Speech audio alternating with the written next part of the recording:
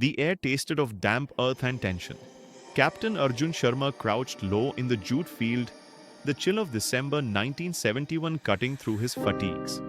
For 2 weeks, his unit had been pushing eastward. The ground wore a series of tense, muddy sprints toward the liberation of Dhaka.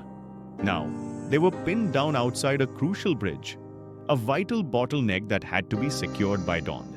Heavy machine gun fire spat tracers across the paddy fields, the terrifying sound muffled only slightly by the roar of nearby shelling.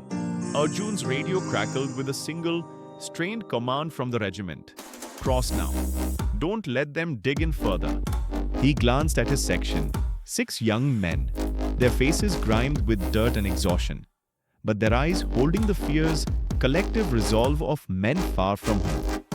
He remembered his father's words before he left. Courage is not the absence of fear, but the decision that something else is more important.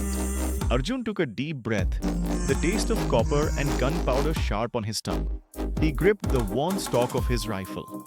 Alpha section, he yelled over Thedin, his voice cracking slightly before he forced it steady. Fix bayonets. We move on my whistle. For the bridge, for the tricolor. He blew the whistle, a shrill, impossible sound of defiance in the night. He was the first one up, sprinting low, his boots churning mud. His men followed, a wave of courage and kinetic energy.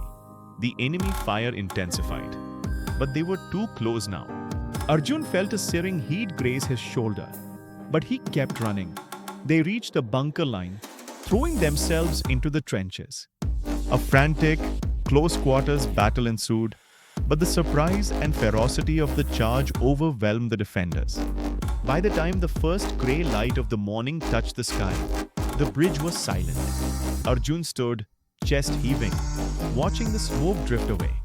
The bottleneck was broken. Dhaka was one step closer.